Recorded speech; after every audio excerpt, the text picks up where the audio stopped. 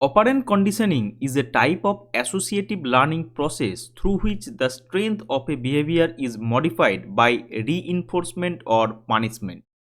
It is also a procedure that is used to bring about such learning. The basic concept behind operant conditioning is that a stimulus leads to a behavior, which then leads to a consequence. The key components of operant conditioning are reinforcement, punishment, and shaping. Reinforcement is any consequence that strengthens the behavior it follows.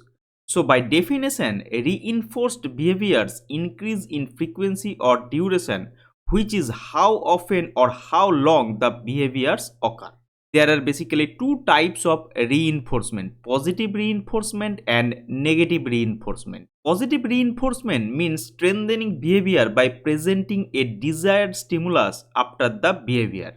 As for example, basic items such as food, drink, approval, or even something as apparently as simple as attention. In the classroom, praise, house points, or freedom to choose an activity are all used in different contexts as rewards for desirable behaviors.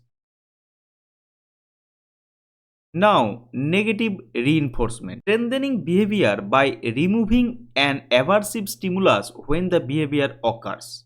If a particular action leads to avoiding or escaping an aversive situation, the action is likely to be repeated in a similar situation. As for example, car seat belt buzzer. The process is reinforcement because you repeat this buckling up action in future. This kind of reinforcement is negative because the buckling up behavior removed an aversive buzzing stimulus. The second example is student continually gets sick right before an oral presentation and then sent to the nurse's office. This behavior allows him to escape aversive situations, public speaking, so getting sick is being maintained in part through negative reinforcement. It is negative because getting sick removed the unpleasant stimulus, that is the oral report. It is a reinforcement because the behavior that removed the stimulus, that is getting sick,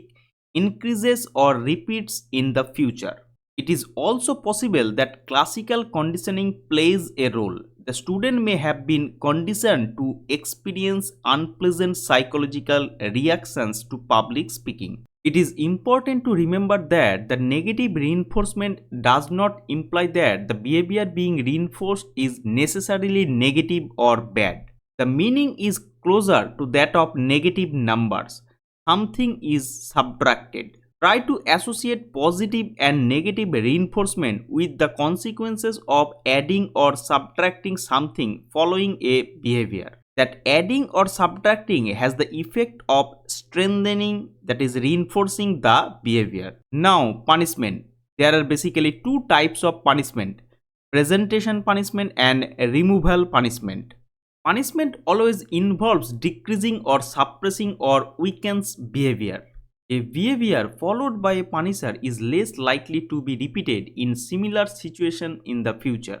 Now, presentational punishment, that is type 1 punishment, decreasing the chances that a behavior will occur again by presenting an aversive stimulus following the behavior. It occurs when presenting or adding a stimulus following the behavior has the effect of suppressing or decreasing the behavior.